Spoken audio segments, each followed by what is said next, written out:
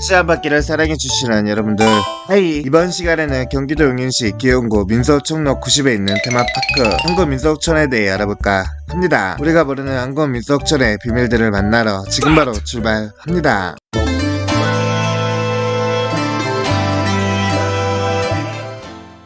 1974년 10월 3일 개장하여 한국의 전통 문화와 민속적인 삶을 재현하고 있는 곳으로, 이를 통해 조상들의 지혜와 생활 모습을 느낄 수 있는 곳이다. 휴일 없이 365일 개장하고 당연히 정부 산하기관이나 공기업 산하시설이라 생각하겠지만 실제로는 민간 기업이 소유해서 운영 중이다. 놀이마을에는 패밀리 코스터, 회전목마, 보트라이드, 범퍼카, 순환열차, 매지티컵, 드롭앤 트위스트 미니, 크레이지 스윙, 바운스 스핀 등의 놀이기구가 있으며 다크라이더 어트랙션인 전설의 고향도 있다. 전설의 고향은 롯데월드 어드벤처에 있는 호러시설인 좀비 나이트베어의 한국식 공포 버전으로 보면 된다. 사실 전설의 고향이 좀비 나이트베어보다 훨씬 더 무섭다. 2000년대 초반까지만 해도 초등학생들 현장 학습으로 나가는 재미없는 공원이라는 이미지였지만 SNS 시대가 개막한 이후 민속촌 안에 다양한 컨셉트의 연기자들을 배치하며 관광객들과 상호작용하는 공원이란 이미지를 많이 밀고 있다. 연기자들은 각각 해당되는 복장과 분장을 하고 재량에 따라 공원 분위기에 어울리는 아무 행동이나 해도 된다. 거자 알바와 광년이 알바, 칼찬 죄인 알바, 구미호 알바, 장사꾼 알바 등이 유명하다. 관광객들의 재미뿐만이 아니라 실제로 연기에 뜻이 있는 연기자 지망생들이 실전 연습이란 개념으로 많이 지원하기도 하는 상생 전략이라고. 아예 2014년부터는 이벤트 자체도 약을 거하게 빨았고 캐릭터를 활용한 유튜브 동영상 올리기 시작해서 젊은 관람객을 많이 유도하고 있다. 2014년부터는 본격적으로 재미있고 재능이 출중한 알바들을 고용하기 시작했다. 알바를 본격적으로 뽑은 것은 이때부터이기 때문에 이를 일기로 친다. 일단 꿀알바로 소문난 것도 있고 재밌게 일을 할 수 있다는 장점 때문에 꽤 많은 지원자가 몰렸을 것으로 예상이 되는데, 오디션을 개인기 오디션과 현장에서 직접 캐릭터 연기를 해보는 현장 오디션을 모두 보기 때문에 역량을 보다 더 정확하게 평가를 할 수 있었을 것이다. 나쁜 사또는 전형적인 탄가놀이 캐릭터로 조선시대 버전 이벤트가 열리며 캐릭터 서열 순위 1위인 한국민속촌 절대강자로 군림하게 된다. 장사꾼, 이방, 화공, 주정뱅이 연기자분과 함께 몇 안 되는 민속촌 정직원. 게다가 연기자분이 연극배우 출신이라 키도 크고 외모도 훈훈해 인기가 가장 많다. 참고로 실제 나이와 근무 기간을 종합하며 이곳 연기자들 중 가장 고참이라 근무 중 사적으로도 리더를 맡는 듯. 이방 배역을 맡으신 분은 원래 꽃거지역으로 유명하다. 둘을 거의 번갈아가면서 하는데 거지역을 하는 비중이 더 높으며 가끔 다른 연기자들이 꽃거지로 분장하는 터라 팬들 사이에서 원조 꽃거지로 불린다. 장사꾼은 2015년 알바 초창기 때는 평범하게 안경을 쓰고 죽이는 말빨로 호객하는 캐릭터였다. 그런데 라섹 수술을 계기로 선글라스를 꼈다가 주변에서 자이언트 닮았다는 소리를 많이 듣게 되었는데, 여기에 삘받아 자이언티 노래를 개사한 꺼내붙여요 송을 선보였고 이게 대박을 터뜨렸다. 그 뒤로 신곡들을 찰지게 뽑아내기 시작했고 인기를 불러 모아서 관람객들이 클럽마냥 떼창을 해주기도